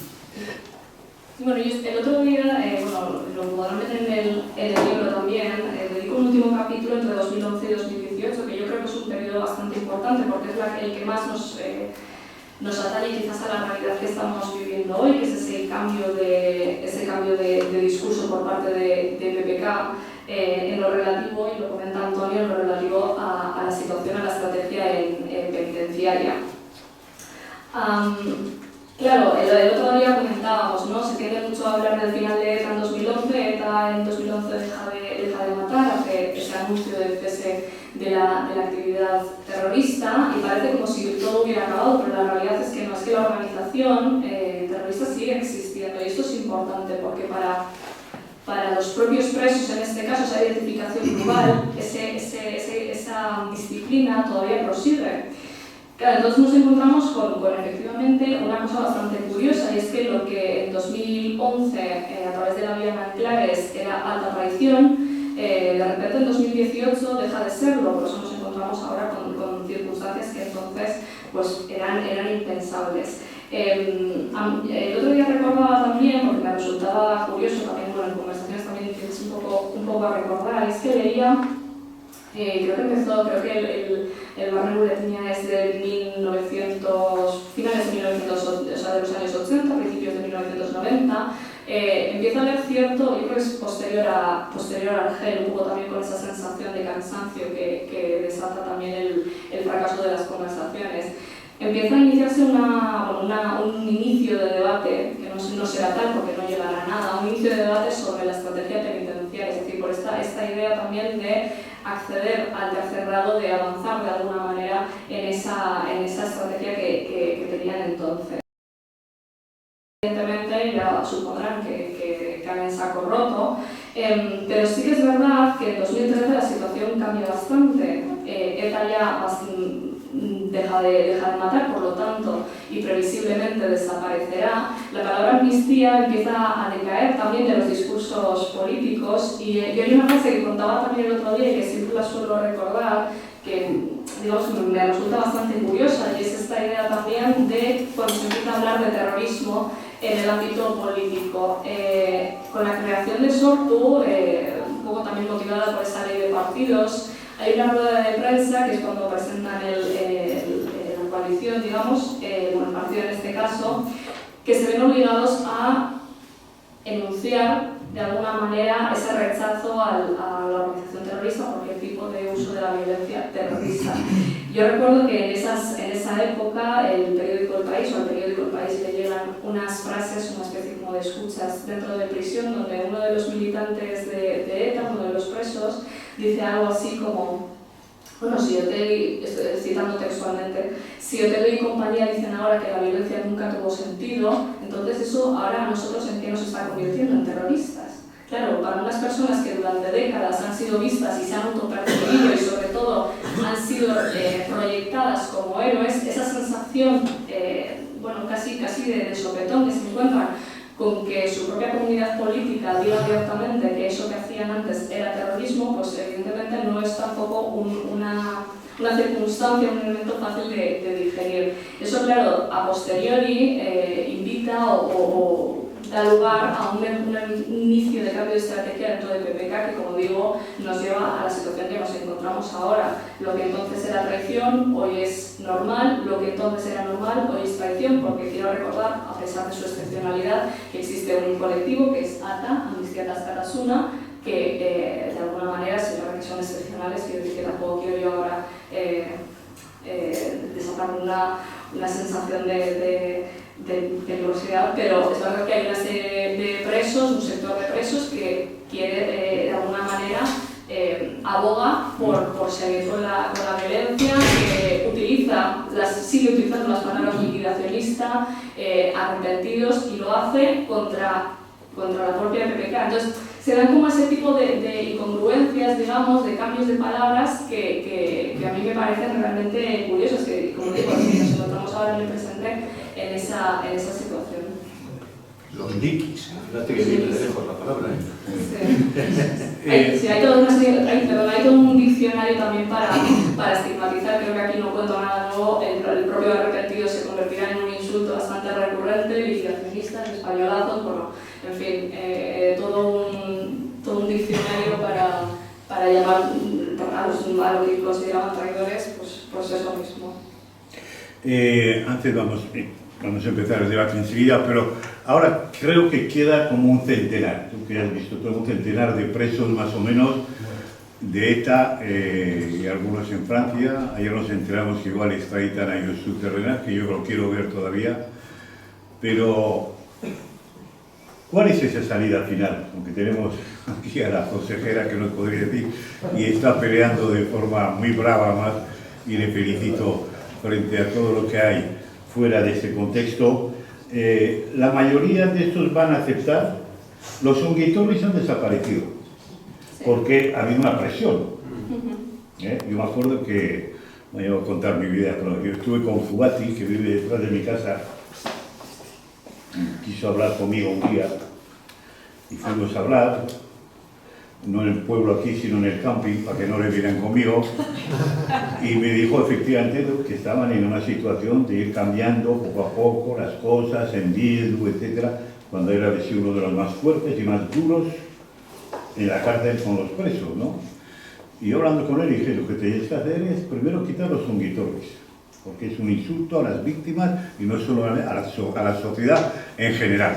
Y segundo, tenéis que empezar a descargar las mochilas. Y me decía, todos, no, pero vosotros también, porque tenéis la mochila más pesada. Y al rato de tal y cual me saluda en la calle, ahora Antón, ahora, y hemos quedado otra vez para hablar, que hay que hablar, y has dicho, yo no tengo problema para hablar. Y me dice, Borja, ya hemos quitado los onguitorris. Me dijo hace unos meses, no sé cuánto tiempo, pues me alegro, efectivamente, que también hablamos el otro día de que, mira, hasta ahora mismo están aquí en esta calle enfrente, pues habrá unas 30 personas con carteles de apoyo todos los viernes a los presos, etc. Y además le dije, oye, Antonio, tenéis mucho pelo blanco ahí, hay que empezar a pensar en otras cosas. Tenéis que empezar a pensar en otras cosas y ya tenemos que dar una pensada a eso también. Bueno, pues a esta hora. Quiero decir con eso de que a la mayoría ya no existe ETA, se han quedado huérfanos, ya no hay consignas de una organización como te tienes que comportar en la cárcel, entonces no te queda más remedio que buscar la salida individual. Dentro del decoro, de no ser tratado de liquidacionista, y bueno, pues hay un proceso. ¿Tú crees que ese proceso va a culminar finalmente, irremediablemente, en la salida de todos, a pesar de los Zambotos, Iñaki Bilbao, etcétera, que son los duros, que estos si pudieran coger la metralleta lo cogerían mañana mismo? Pero dentro del colectivo ya no son arrepentidos, ya no son liquidacionistas, ya no son traidores, están al final y nadie les va a criticar dentro de su mundo en general. ¿Cómo lo ves? Puede haber críticas, hay sectores, etcétera, que todavía. ¿Qué salida queda para todo esto para que no haya ningún preso en la cárcel de ETA en los próximos años? O sea, irremediablemente acabarán saliendo todos de la cárcel. Esto ya es una cuestión previsible, pero el PPK sigue marcando el ritmo de lo que hay que hacer. Es decir, que no pensemos que porque ahora se están dando ciertos cambios, esos cambios no se están dando en el colectivo. Haciendo un poco referencia también a lo que decía antes, al debate que mencionaba antes de finales de los años 80, principios de los 90, en el que hablaban precisamente de esta cuestión, ¿no? De la necesidad o no de avanzar un poco en la estrategia penitenciaria. Yo recuerdo una frase de uno de los textos, no sé si lo escribía un militante de ETA que estaba fuera o que estaba dentro, decían algo así como, no, si realmente no hay ningún problema con acceder al tercer grado ni con acceder a salidas y demás. La cuestión es que hay que hacerlo siempre colectivamente. Esta es un poco la idea que todavía persiste hoy en día. Esta idea de que cada uno haga lo que quiera, yo no estoy tan segura de que se esté haciendo. No tanto porque no se estén dando avances que se están dando, sino porque esto sigue estando enmarcado dentro de una estrategia que no tiene que ser necesariamente malo. Pero quiero dejar claro también que PPK persiste y esta idea comunitaria, esta idea del grupo persiste también. Por lo tanto, avanzan, pero avanzan en grupo. Y esto también es importante porque quien no avance dentro de ese grupo, quien se salga del redil, quien de alguna manera dé una nota discordante, quizás sí que sea criticado. No entro ya de qué manera ocurriría esto ya en pleno 2026, que las cosas afortunadamente han cambiado muchísimo, pero este avance es colectivo. De modo que bueno, esto también yo creo pero que... Eso se puede romper en cualquier momento. Ya, pues el problema es que quedan 100, quedan 80 dentro de un año. ¿Y lo mío qué? Y por mucho que haya, yo creo que está perdiendo fuerza bastante como como asociación de presos, ¿ya? Bueno, yo creo que eso será lo interesante de los próximos pasos, ver también cómo está funcionando el PPK ahora mismo dentro. Claro, por suerte ya no existen los inquisidores, esta idea también de heroificación de lo que fueron los militantes de ETA desaparece, pero que existe todavía cierto lenguaje como la utilización de presos políticos que todavía, pues de alguna manera, les remite a esa identificación grupal que tanto mencionó durante la charla. Hay todavía ciertas mochilas, bueno, por lo que comentabas tú, ciertas mochilas que hay que quitarse y que no ayudan a que esos procesos sean del todo individuales. Es decir, no quiero dar una visión ahora pesimista de lo que vaya a ocurrir en los próximos años, porque desde luego no tengo yo una bola para mirar el futuro, pero sí que quiero, mi sensación, al menos también viendo un poco cuál es el recorrido de PPK en los últimos años, es que ese avance, de nuevo, es colectivo, irá de un lugar u otro, pero sigue siendo colectivo. Antonio, una última pregunta, o vamos al debate, como quieras. Bueno, una última cuestión, que también en el libro me parece que es uno de los hallazgos más notables. Los procesos de abandono, los procesos de desvinculación e incluso algún proceso de arrepentimiento tiene que ver con el fracaso. Es decir, no hay ningún mecanismo que lleve a través de un razonamiento moral, a través de un razonamiento estratégico, de un razonamiento político. No. Primero fracasas y luego aparece el razonamiento estratégico y político para darle forma y racionalizar lo que es que has perdido la partida. Y cuando digo derrota, a ello se refiere, pues, qué sé yo, procesos de negociación que se enquistan o terminan mal, el de Argel, por ejemplo, el proceso de paz en el tiempo del acuerdo de Estella, el proceso que termina con la bomba de la T4 en 2006, ¿no? o caídas policiales como la de Villar en el 92, etc. ¿no? Es decir, bueno, esto también es importante porque reduce extraordinariamente la condición épica y ética de la mayoría de estas decisiones. Tomas esa decisión cuando te ves acorralado, cuando te ves derrotado. Y esto además no es una cosa local, es una cosa que ocurría en el ejemplo italiano en que tú trabajas, pues indistintamente. Las brigadas rojas o la mafia llevaban a cabo procesos de desistimiento en el momento en que habían recibido un duro golpe, ¿no? Y esto también es una cosa que es importante que la veamos identificada y que la veamos sostenida con argumentos y con datos, como tú proporcionas ahí, ¿no? Sí, no se por ya dar paso, es verdad que en el caso italiano lo dicen de manera muy clara, el arrepentimiento, esta idea del arrepentimiento quizás lo decía antes, ¿no? Porque estamos más familiarizadas esta idea ética religiosa, como que vamos llamando de arrepentimiento, de rechazo absoluto a lo que uno ha hecho en el pasado, no es algo que aparece de repente, sino que viene dado por una sensación quizás de que ya no hay un futuro, ya no hay una idea de alcanzar aquello que se quiere alcanzar, es esa idea de fracaso que yo creo que sobre todo se acrecenta muchísimo a partir de 1992 con esa caída de la dirección en Vidar y con otra serie de acontecimientos. Pues efectivamente veníamos también del fracaso de las conversaciones de Argel, pero luego posteriormente ese fracaso de Lizarra, ese fracaso de Loyola da una sensación de cada vez más cansancio, de que uno no va a alcanzar esa ansiada salida que quiere esa amnistía alcanzar, por lo tanto sí que lleva a muchos de ellos a hacer una especie de balance de lo que pueden hacer o lo que no pueden hacer, qué les merece más la pena, qué les merece menos la pena, y pocos de ellos evidentemente, pues como ya sabrán, acaban decidiendo pues, desvincularse de ETA o ya no solo desvincularse, sino decir abiertamente que esto de la violencia pues ya no tiene absolutamente ningún sentido. Nos encontramos con circunstancias pues quizás tan extrañas como que el propio Paquito en 2004 le dijera a la dirección de entonces que bueno, que esto de la violencia quizás debería acabar. El propio Paquito, que quizás si al propio Paquito se lo hubieran dicho hace 10 años, bueno, 10 años no porque ya estaba en la cárcel, pero igual 15 años antes, pues cómo hubiera reaccionado. Entonces, eran como un poco esas circunstancias tan extrañas que yo creo que son más visibles entre los años 90 y los 2000 y ya luego hasta el final de la propia ETA. La propia ETA decide finalmente en 2011 que efectivamente la violencia ya no tiene absolutamente ningún sentido ni tiene ya ningún tipo de recorrido. Muy bien, hablando de fracaso, Yo conocí personalmente, estos hablo de los años 70, finales, a José Mari Scubich, que era un poquitín el jefe de ETA en esa época. Todavía no ha vivido el juicio de Burgos, etcétera, y solíamos cenar todos los años aquí con él, eran Charuti, la vieja guardia, Xavier Barreño, etcétera, y siempre yo le preguntaba a José Mari, que murió, le decía: José Mari, me tienes que contar la primera ETA y cómo nació ETA y quiénes eran.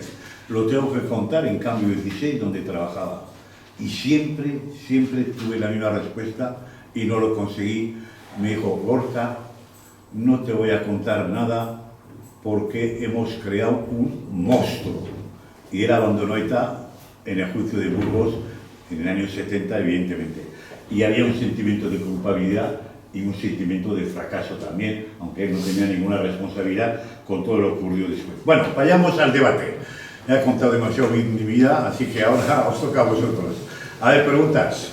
Venga, hombre, va, vi. Etairu, venga. Primero. Sí, a ver, a mí me gustaría, al hilo de los números que has estado dando de los presos actualmente existentes, decir que en el cartel de EPK o EPK solamente hay 33 presos en este momento en segundo grado. Hay otros 30 que estarían en el 100.2 o en el tercer grado, ¿vale? Que llegarían al 60, y todos los demás están ahora o con pulsera y casa. Quiero decir que solamente quedan 33 dentro. Esos 33, de los 33, casi todos tienen superados ya los 20 años de condena. Lo que quiere decir que a nada que hayan aceptado la historia del tercer grado, de los beneficios penitenciarios, que no los aceptaban desde, bueno, antes nunca, que van a salir, tienen que salir en 5 años. Yo no sé cuándo va a salir ATA, precisamente, porque claro, será el que más años tenga que pasar y es el único preso que está ahora en este momento en Francia, porque mató a 2 guardias civiles allí y a un gendarme. Entonces ese será el último, dijéramos, pero eso está cerca. A mí lo que más me preocupa, hay una cosa que es alucinante que he visto, que me ha pasado hoy mismo. Hoy le hacen a Mayalen Iriarte una entrevista en el Diario Vasco, creo. Le hacen una entrevista en la que ella habla de política, obviamente, pero me ha parecido que ni tan siquiera llegaba a la socialdemocracia, que era un poquito que se me estaba yendo muy para la derecha. A mí esa es la impresión que me ha dado. Y ha dicho que tenía que hacer un gobierno de concentración y algo, cosas por el estilo. Pero es que justo este fin de semana, el domingo, va a haber el sábado creo un homenaje y el domingo va a haber otro homenaje a Inaxi Ceberio. Inaxi Ceberio es una chica de Lizarza que, bueno, no voy a calificarla, pero es una chica de Lizarza que se metió en ETA también y se marchó a echar tiros como por donde podía y la Ertzaintza le acorraló en Vizcaya. Entonces la quería detener y salió a tiro limpio y la mataron. Pues este fin de semana las mismas personas que son las amigas de Mayalen Iriarte, van a hacerle un homenaje en Lizarza, ¿no? Me gustaría saber qué le podía pasar a esa pobre chica si se levantara hoy de su tumba y viera que sus jefes políticos en la actualidad, vamos, que van a hacer un gobierno de concentración con el Partido Socialista y con el Partido Nacionalista Vasco. Se llama evolución eso. A ver, la contestación. Yo creo que esto tiene mucho que ver, por ser muy concisa, con esa frase que yo mencionaba antes. Tiene que ver con la evolución, efectivamente, evolución política, con aceptar las reglas del juego. Decía que tiene mucho que ver con esa frase que yo decía antes, que por lo visto decían los presos de ETA, bueno, entonces nosotros ahora que somos terroristas. ¿Qué pensaría esa persona? ¿Qué piensa en cómo están gestionando los presos de ETA hoy en día los cambios que se están produciendo a nivel político? Tampoco lo sabemos, pero yo sí que es verdad que, bueno, yo creo que tiene que ser también una gestión un poco complicada a nivel personal, es decir, que todo aquel discurso político que sostuvo la propia violencia de ETA, insisto, por parte de una comunidad política muy concreta, si no ha dejado de existir, pues al menos ha evolucionado bastante. Sin embargo, esas personas, quizás de alguna manera, y esto son especulaciones porque esto solo se lo podríamos preguntar a los propios miembros de PPK. Ellos solo sabrán cómo están gestionando a nivel colectivo y a nivel individual. Bueno, pues están encontrando efectivamente con una serie de cambios que entonces pues sostenían su propia militancia, y una militancia también muy larga de muchas décadas por la cual están cumpliendo prisión. Entonces es complicado saber qué pensaría esta persona en cuestión hoy en día con la realidad que estamos viviendo, pero evidentemente yo creo que hay que hacer una gestión un poco extraña, que de nuevo no sé si se está gestionando a nivel político. Esto ya dependerá también de lo que esté ocurriendo en las cárceles, que de momento no lo sabemos, la verdad. A ver, Ignacio, Surit. A reserva de una lectura más sosegada del libro que has escrito y del que servirá para que yo conforme una opinión más serena, me quiero referir a la figura del terrorista arrepentido.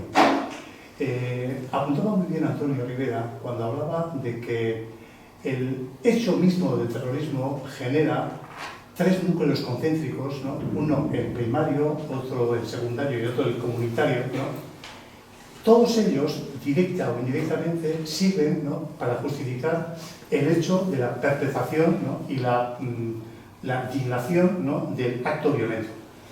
Yo, más que de terrorista arrepentido, yo hablaría de delincuente arrepentido, figura íntimamente ligada a la delación, que encuentra en un personaje de rabiosa actualidad llamado Víctor Galdós, el cual se ha arrepentido del hecho criminal que ha perpetrado a cambio de un beneficio penitenciario. Yo ahí sitúo la figura del delincuente arrepentido. El terrorista arrepentido lo vinculo más dentro de los justificadores del hecho violento de los que nos hablaba Antonio Rivera. Pero yo hablaría más de delincuente arrepentido. Esa es esta opinión. No, pues efectivamente, y de hecho, bueno, claro, no da tiempo tampoco hablar de todo, pero sí que es verdad que en ese rastreo quizás del significado que tiene el arrepentimiento hay mucha vinculación y lo explicamos muy bien con esa figura de terrorista arrepentido que sí existe en el ámbito jurídico. En el caso de España, esa inserción del terrorista arrepentido, la figura del terrorista arrepentido, procede de la propia Italia, que lo inserta en 1980, España era en 1981, un poco queriendo seguir un modelo que en Italia sí que ha producido, en este caso, la disolución de Brigadas Rojas y otra serie de organizaciones terroristas de la época prima línea y también otra serie de éxitos que cosechan en la propia mafia. Y tiene que ver, efectivamente, en este caso, con el colaborador con la justicia. Es decir, cuando hablamos del terrorista arrepentido, el arrepentimiento eficaz, que todo esto procede un poco del lenguaje jurídico, estamos hablando del colaborador con la justicia. Y este es quizás un poco el significado con el que menos, al menos esto ya es una cuestión personal, con el que menos familiarizados estamos. Lo que ocurre, claro, y volviendo un poco a la idea del papel de los medios, cuando tú en un medio de comunicación lees el terrorista, estarán bastante acostumbrados a leer esto porque hubo durante una época, sobre todo muy asociada a la variedad en inglés, que se utilizó de manera habitual. El terrorista arrepentido, inserte cualquier tipo de nombre, en ningún momento hacen referencia a una persona que ha colaborado con la justicia, sino que están haciendo referencia a esa dimensión ética a la que, insisto, estamos quizás más familiarizados. Entonces, hay una serie de incongruencias o de tejemanejes en relación al significado del arrepentimiento que no terminan de quedar claro. Y quizás eso, de alguna manera, tiene una influencia, bueno, no quizás, de alguna manera tiene una influencia en cómo los propios exmilitantes de ETA se resisten a expresar que se sienten arrepentidos, porque cuando tú le dices a una persona que se siente arrepentido, lo primero que te dice es: no, yo no he colaborado con la justicia. Claro. Entonces, ahí hay una frase, y por acabar con esta cuestión, que a mí me parece, de hecho, la más interesante, por eso quizás le dedico más tiempo, que es una cuestión del lenguaje también. Hay una frase que a mí me parece muy interesante en el caso italiano. Hay una investigadora que plantea dos casos diferentes, dos mafiosos diferentes que colaboran con la justicia, es decir, que encajan con esta figura del terrorista arrepentido dentro del ámbito jurídico en ese contexto italiano, en el que uno de ellos dice: no, yo no soy ningún arrepentido, yo he colaborado con la justicia, pero yo no me arrepiento de lo que hice. Y hay otro que en cambio dice, no, yo sí que me arrepiento de lo que hice, colaborar con la justicia y reniego completamente de lo que hice. Entonces, ambos en un contexto jurídico son efectivamente colaboradores con la justicia y terroristas arrepentidos, pero no ninguno, o sea, no ambos, en ambos casos no encontramos ese arrepentimiento de esa dimensión ética a la que, insisto, creo que estamos quizás mucho más habituados a la hora de tratarlo, sobre todo quizás en ámbitos más mediáticos o en ámbitos más públicos. También un poco más sobre el tema del arrepentimiento, ¿no? Aparte ya de la connotación religiosa, estaba pensando ahora, y precisamente a propósito del caso italiano de las Brigadas Rojas, a mí siempre me ha extrañado que no ha trascendido aquí, por lo menos que yo sepa, una matización importante que generó un debate importante entre dos de los cabezas que eran Renato Curcio y Mario Moretti, y era que Renato Curcio, y tiene cosas escritas, yo creo muy interesantes, desarrolla el concepto de disociación, sí. Sí. O sea, y teorizaba la disociación, es decir, bueno, yo en un momento determinado de mi vida he hecho cosas, todo esto, y yo en este momento no acepto seguir en esta onda. Él fue acusado de arrepentido por Moretti, pero reivindicó todo eso y me ha chocado siempre que aquí ni a nivel jurídico, ni a nivel político, ni nada, que yo sepa, se ha desarrollado un poco esa vía alternativa, ¿no? En el caso italiano, y lo explicaba muy bien, se dan dos procesos muy diferentes. Voy a hacer un resumen, pero como explicaba en 1980, en esos años de plomo italianos, se empieza a instaurar esta figura del terrorista arrepentido. Vamos a hablar en este caso de colaborador con la justicia, porque esta idea de terrorista arrepentido, de nuevo, los medios de comunicación juegan un papel esencial a la hora de denunciarlo de esta manera.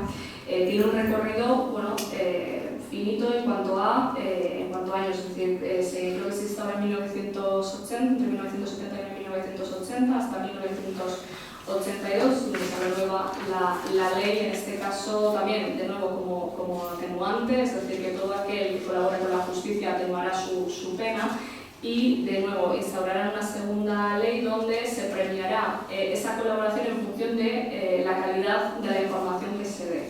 Estas son las dos primeras leyes. En el momento en que se dan cuenta de que la colaboración, como digo, es un proceso finito, es decir, que en un momento dado ya no puede dar más de sí, surge este fenómeno de los disociados, aquellas personas que no estaban dispuestas a colaborar con la justicia, que no se sentían cómodas colaborando con la justicia y que sin embargo sí querían dejar de pertenecer, en este caso a las Brigadas Rojas. Es un proceso que surge dentro de las cárceles y que de hecho se legisla, si no recuerdo mal, por poner unos años, creo que en 1987.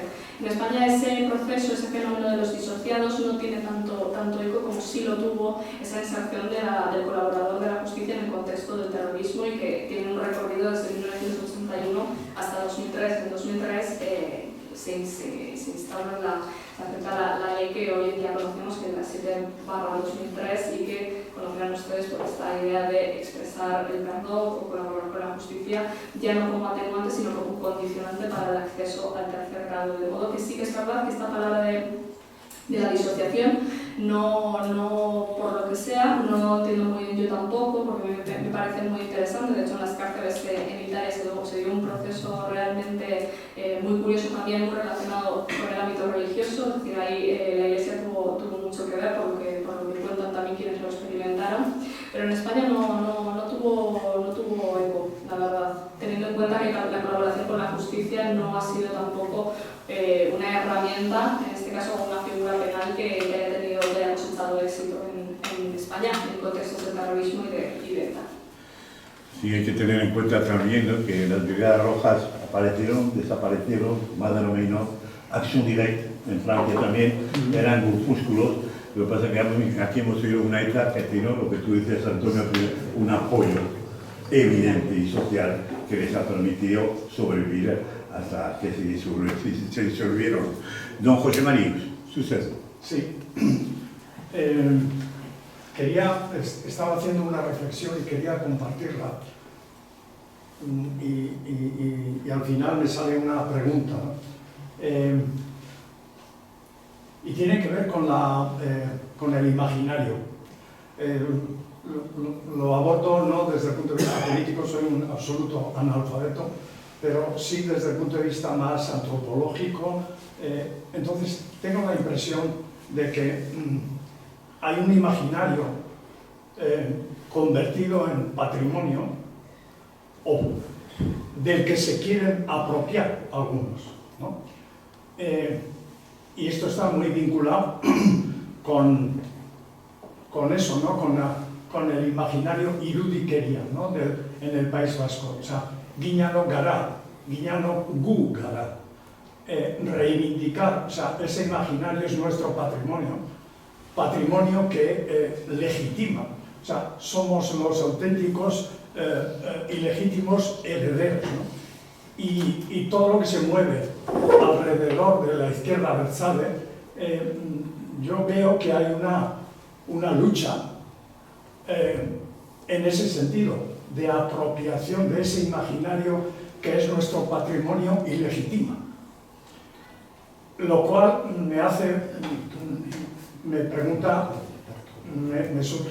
me provoca algunas preguntas, ¿no? Una, no hay un colectivo de acogida, no estoy muy seguro.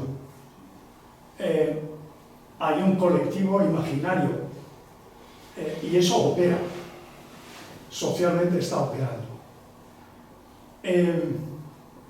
Y por otro lado, o sea, me parece muy interesante las fases, ¿no? que presentabas, Antonio, y mi pregunta es si no tenemos otro desafío más, ¿no? O sea, estamos en la época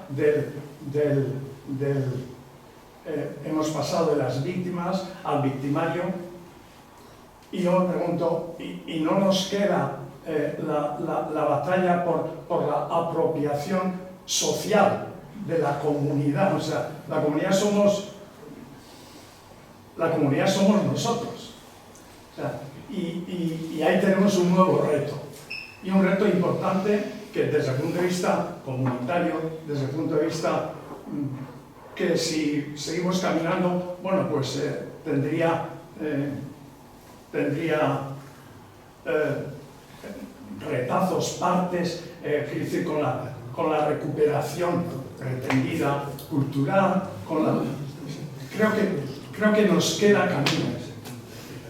Y el camino es, en mi opinión, y si ese paso no lo abordamos, lo vamos a tener difícil como sociedad. Pues tú has puesto el dedo en la llaga ahora al final, que nos íbamos a las tortillas. Claro, esta es una historia que termina bien, pero una historia que la ganan los malos. Que la han ganado los malos desde el principio hasta el final. La historia de la reinserción es una historia de sucesivos fracasos, de un fracaso tras otro por parte de la democracia, del Estado democrático, hasta el final. Lo que pasa es que termina bien en el sentido de que no hay una amnistía que establezca una suerte de borrón y cuenta nueva, y hay un proceso dentro de lo que son los marcos de lo que es el funcionamiento de un Estado de Derecho. O sea que hasta ahí, en los aspectos más formales, todo va bien. Pero claro, más allá de eso aparece lo que tú señalas, y es ¿qué hacemos con el pasado? ¿Qué hacemos con el patrimonio? Claro, y aquí cada uno tiene un problema. La izquierda abertzale tiene un problema, y es cómo gestionar a dos manos dos relaciones con el pasado tan antitéticas. Por un lado tiene que reivindicar su patrimonio porque la izquierda abertzale es una creación de ETA. Observemos que es un caso en el que una organización específicamente clandestina y violenta crea una cultura política. Esto es la inversa, cada vez que nos miramos en el Irlanda del Norte es para errar. No, allí es el Sinn Féin el que crearía en un momento dado. La cultura política crea el instrumento violento. Aquí el instrumento violento crea la cultura política.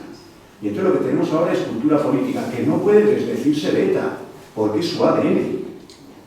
Pero si no se desdice de ETA, no puede arrasar en las elecciones en Zarauz, porque hay una población normal y corriente que eso del patrimonio de ETA le trae al pairo, y si se pone a rascar, no solo le trae al pairo, sale corriendo. Entonces, claro, por un lado no te puedes evitar el seguir manteniendo, y más si tienes presos, porque teniendo presos, sean 30, 38 o 300, esos 30 presos tienen sus correspondientes familiares, tienen sus círculos comunitarios y te van a sacar los colores diciendo lo que decía Eider, ¿no? Es decir, y entonces ahora somos terroristas, pero los que están en la cárcel, porque los que están fuera ya no lo son, evidentemente. Entonces, ahí tienen un problemón enorme que por eso, ahora lo decía Mendizalza, por eso ahora mismo dice vamos a mover la concentración menos que socialdemócrata, pero a la tarde los mismos suben a la peanilla a una chica que se dedicaba a pegar tiros. Porque esto lo inventaron los carlistas en el siglo XIX.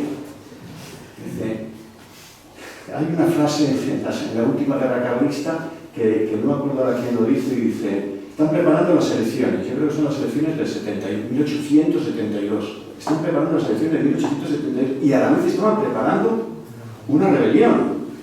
Lo estaban haciendo a la vez. Bueno, es que aquí ya hemos cogido el truco, ya sabemos cómo funciona.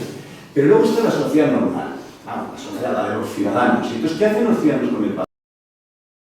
Tienen el problema. Porque esto ha terminado bien, porque el Estado no se ha puesto de rodillas. Pero claro, si no gestionamos adecuadamente ese pasado, ¿qué hemos aprendido en términos democráticos de ese pasado? Que simplemente fue, como dicen los catalanes, una pantalla, como dijo ETA cuando plegó, es una pantalla o no le llaman pantalla, no utilizan un término catalán, utilizaron un término, esto era utilizaron un término muy concreto. Es un tiempo, esto no era exactamente, esto es un tipo, ahora le toca a otro.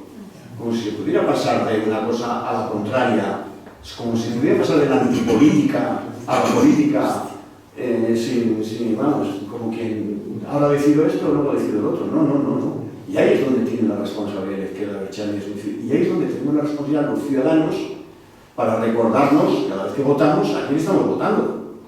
Y los ciudadanos, muchos de ellos no tienen ninguna baja, ninguna preocupación en ese sentido, ¿no? Ahí es donde aparece la culpa colectiva, otra vez. Es decir, si fuéramos alemanes, no se nos pasaría por la cabeza, bueno, con la AfD no sé si se les pasaría por la cabeza, ¿no? Pero en su tiempo no se les pasaba por la cabeza porque la culpa era colectiva. No podemos darle rienda a aquellos que hicieron esto. Para nosotros sí que lo hacemos. Entonces esa relación es muy complicada. Y Ahora mismo en la Plaza Roja, sí, eso hemos dicho. en Astemportu, hay reunidos 50, 60 personas con su barricote, su parrillada, etcétera,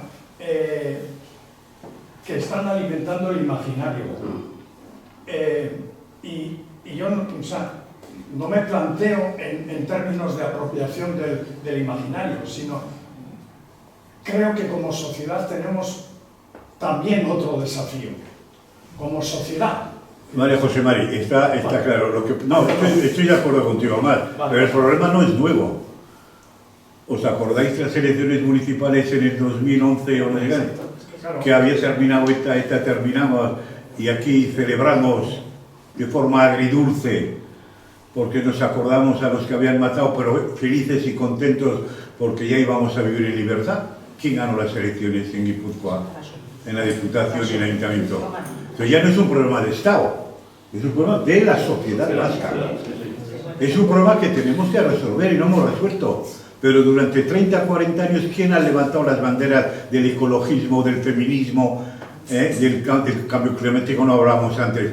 ¿Quién eran? ¿De dónde eran esas banderas? De toda la izquierda Abertzale, que hay que reconocer que supieron movilizarse y saben hoy en día, aunque sean socialdemócratas, entre comillas, que pueden ganar las elecciones dentro de 2 años. Y esa es la conciencia, pero el problema ya es colectivo nuestro. Ya no es problema del Estado o el que venga después, pero eso venimos arrastrando desde hace mucho tiempo. Desde hace mucho tiempo, yo diría que además desde el final del franquismo, las primeras elecciones que todos se plantearon. Entonces es una gran reflexión que seguimos teniendo, pero que todavía no hemos buscado la solución. Y ese es el problema, buscar esa solución. No puede ser que los que mataron ayer o los que apoyaron a que nos metieran un tiro en la nuca a una bomba, estos y sus familiares y todos los demás son los que van a ganar la batalla, porque ese es el éxito de ETA. El éxito de ETA ha desaparecido, no ha conseguido nada, lo saben, y lo decimos nosotros, no habéis conseguido nada. Y eso les molesta un poquitín, pero si lo que han conseguido es una movilización política. y con unas perspectivas bastante buenas hoy por hoy. Ese es el tema, y tienes toda la razón, pero hay que reflexionar y a ver qué respuesta somos capaces de dar a este grave problema que viene. Cambio, A ver, se llama cambio de ciclo histórico. ¿Eh? Cambio de ciclo histórico. Se llama Cambio oficialmente. Sí, a nivel... Sí, sea, Alberto. Vale, Borja, muchas gracias. No, yo rápidamente, y centrando un poco de nuevo el balón en el campo, primero, si me permitís un poco de reportaje rapidísimo. En la segunda mitad del año, Gogora va a realizar una exposición y varias mesas redondas sobre quizá posiblemente la gran traidora que fue Yoyes. Y hablando un poco de la reflexión que realizaba Antonio de los tres círculos concéntricos, ahora que estamos trabajando, estamos entrevistando a mucha gente y estamos recabando información, nos sorprende el gran miedo que durante tanto tiempo sufrieron aquellas personas que quisieron organizar aquel famoso concierto de Imanol, etcétera, etcétera. Tantos años después, tantos como 40 años después, hoy por hoy todavía vemos miedo, vemos cómo se siente ese miedo a hablar, ¿no? El peso de ese gran círculo, el último de los círculos, que es el social. Y el otro tema, y esto ya forma de pregunta, me gustaría incorporar aquí otro elemento que no ha salido, que es el del mártir. Es el del mártir, lo ha sacado también aquí en cuanto al hecho de que se van a ir al monte a celebrar. Yo quisiera poner un simple elemento y es un dato de este lunes pasado. Hemos inaugurado la exposición del atentado del GAL en el Hotel Montbar en el Palacio de la Bolsa de Bilbao. Una exposición que fue un trabajo de meses y meses con las familias de aquellos 4 personas asesinadas, 4 activistas de asesinados. Al día siguiente ni el Gara ni el Berría recogieron una sola línea de la inauguración de esta exposición. ¿Qué pasa con los mártires? Porque claro, aquellos quedaron fosilizados en un momento de la historia y ahora tienes que gestionar a esos grandes mártires, a esas familias que de repente vuelven a ser incómodas, ¿no? Para mí, y sentí dolor por las familias de esos 4 asesinados, porque se vieron invisibilizados absolutamente en todos los medios avanzados. Gracias, Alberto. Vamos a 2 últimas preguntas, al fondo y aquí, y porque la chistorra de Córdoba se va a enfriar, que tenemos arriba, y entonces tenemos que ir a comer la chistorra. A ver, Susea. No sé si me voy a centrar, ya saben muchas cosas. Vamos a resumir, ¿eh? Sí. Yo creo que, no sé, a mí me tocó, tuve la suerte de entrevistarme con gente que me dio la gracia en Tolosa. El 17 de julio tenía 150 voluntarios, el famoso tercer San Miguel, y me tocó vivir el final del franquismo y conocer a esta gente personalmente, ¿no? Ahí no había ningún arrepentimiento, Puedo contar anécdotas, incluso cuando se legaliza la economía el 20 de enero del 77, uno de ellos coge una sociedad, llega un nacionalista con la economía recién comprada y la mete en el váter y le echa la cadena. Es cierto que esta gente luego se tuvo que desaparecer porque, claro, empezó ETA y claro, entonces se jugaban la vida, ¿no? Ahí siguieron aquellos, ¿no? Por supuesto que hicieron su recorrido personal, Federico de Zavala, que algunos vosotros le conoceríais, Federico Zavala estaba en el tercer San Miguel y terminó siendo un senador del Partido Nacionalista Vasco, por ejemplo, hizo su recorrido. Pero muchos lo hicieron. Si fuésemos a la sociedad alemana y del colaboracionismo con el nazismo, pues también tendríamos procesos parecidos. En esta historia nos va a pasar lo mismo. Digo porque yo vivo en Tolosa y soy concejal socialista de Tolosa y conozco, pues, ahora estaba contando aquí, y cuando le matan a Juan María Jauregui, en el pleno famoso artículo de mi comunidad y tal, hay una persona que me dice que tú ibas a ser el siguiente, porque yo me levanté y también hice una intervención. Esa persona ahora viene a hablar, a estar perfectos conmigo, nos paramos en la calle, charlamos y tal, murió hace año y medio, vino personalmente a buscarme y le dije, yo esto no lo olvido, porque pasó en el pleno mundo, José Manuel tampoco no lo olvido. Pero tenemos que mirar para adelante, aquello fue un error, tenemos que mirar para adelante. Públicamente no lo van a hacer nunca. Y tú, Gorka, has comentado el santoral, los que saben, todavía todos saben con los carteles un día a esto. Dan pena. Entonces suele ser 12, media edad 75 años.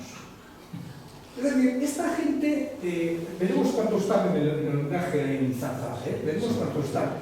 Pero Es un reducto que está ahí y no van a salir a la calle ya. O sea, cada uno tiene su historia personal. Es decir, tú has explicado muy bien los círculos y tal, ¿no? Esos círculos también, yo pienso, entonces están perdiendo fuerza. Pues yo en ese sentido, ese mundo está haciendo su reflexión interna como lo hicieron los requetes de la guerra civil que se fueron voluntarios los 3 años, ¿no? Y nadie les pidió que se disculpasen. Ya había muchos aquí, muchos teníamos, Esto va a terminar así. Lo que pasa es que sí es importante esto.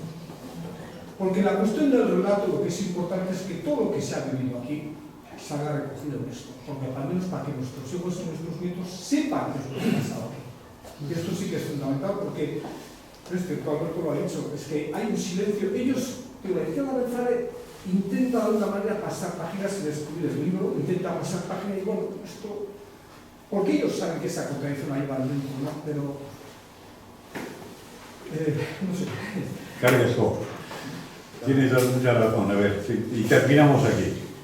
Bueno, yo 2 cosas, un poco que justo Gorka, cuando has hecho la última intervención, algunas de las cosas que iba a decir ya te has adelantado con tu gran experiencia y en ese sentido pues ya quedan un poco explicadas, pero es verdad que hoy en día ya nos hacen los homenajes, pero creo que la idea que tienen ellos sobre todo de que siguen siendo héroes, sobre todo en los pueblos más pequeños, está todavía demasiado arraigada.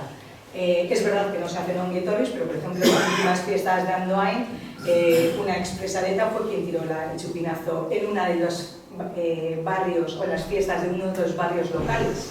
Y fue quien tiró el chupinazo, se le brindó el champán, todo el mundo brindaba, o sea, quiero decir que esas cosas se siguen haciendo, así que la siguiente vez que coincidas con Cubati, pues a lo mejor le tenemos que proponer que también esas cosas dejen de hacer, o en la última corrica, también se ha visto en la última corrica cómo pasaban, ¿no? El testigo, y en ese sentido de Cucua, y también pues siguen haciendo, o sea, dentro de sus competencias, en los sitios que pueden por lo menos, siguen intentando quedar como eres. Y unido también a una de las cosas que se estaba diciendo al final y que a mí sobre todo me obsesiona, y bueno, los que me conocéis y cuando solemos hacer el homenaje a José Luis López de la Calle todos los años insistimos mucho, es que está quedando en los jóvenes. ¿Qué es lo que piensan nuestra juventud? Y bueno, en ese sentido, Aider, pues te quiero dar la enhorabuena porque, oye, has dicho además que también tú eres muy joven y te has interesado por el tema. Me gustaría saber si percibes que hay ese interés por parte de los jóvenes.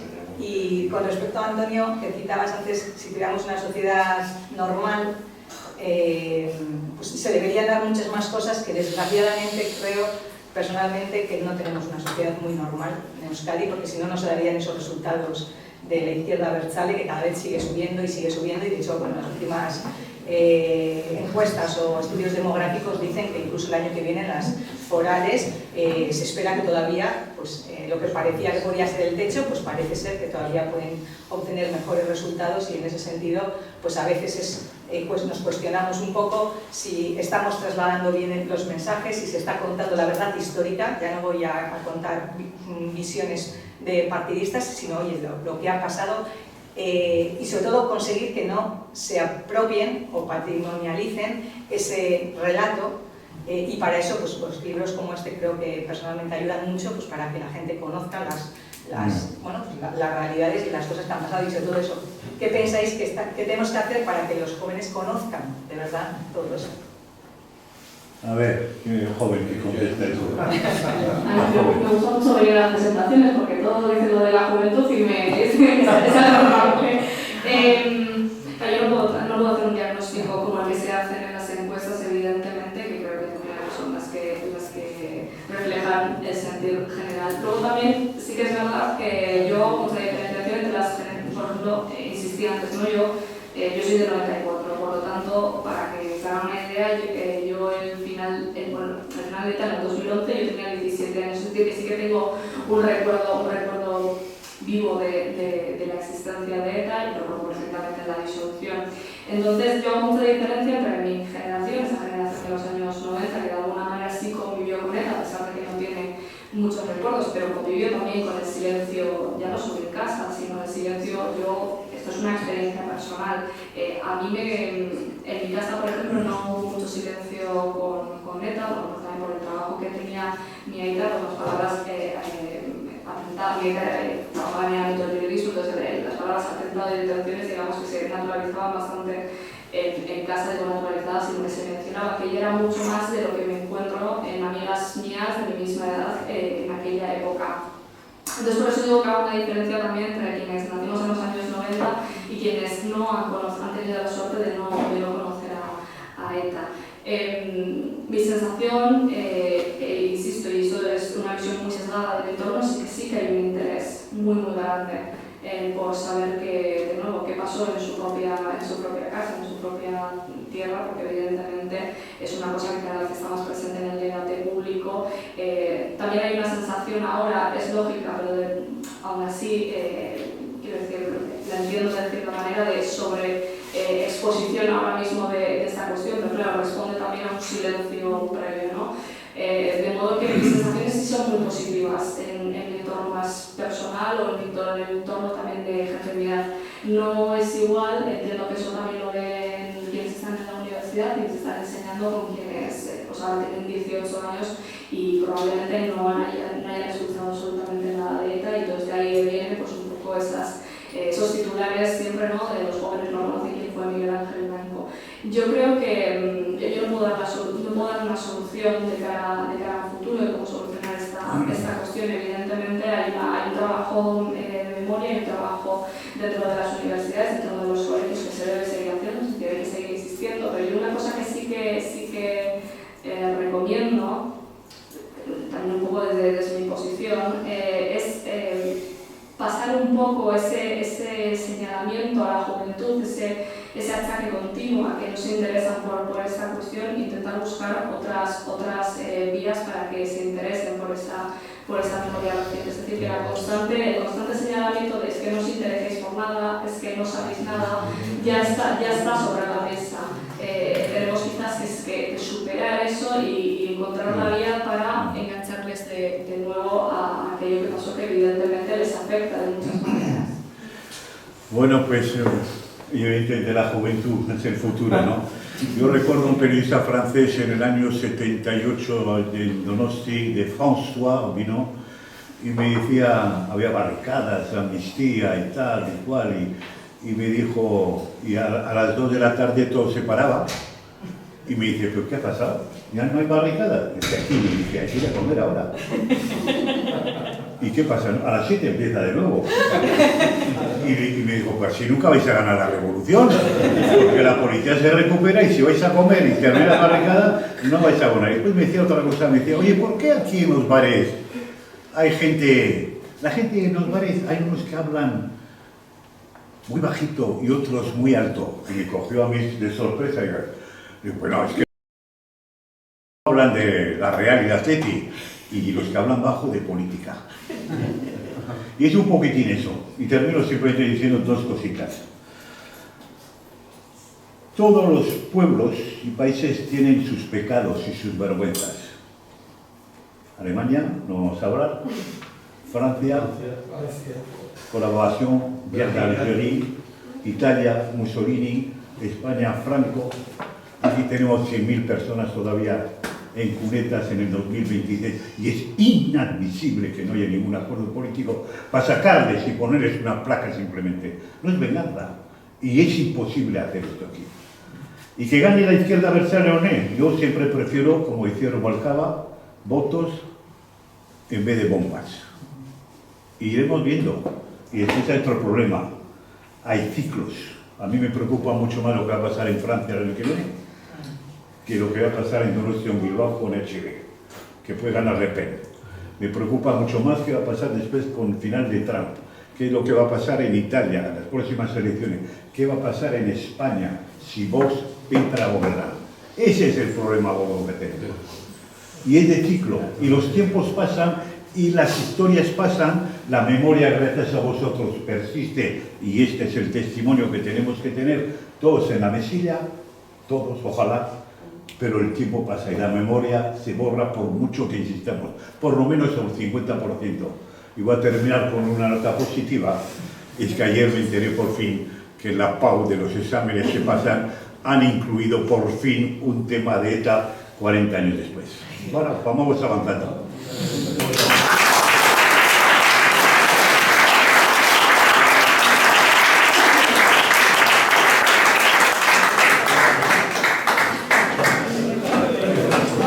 Gracias.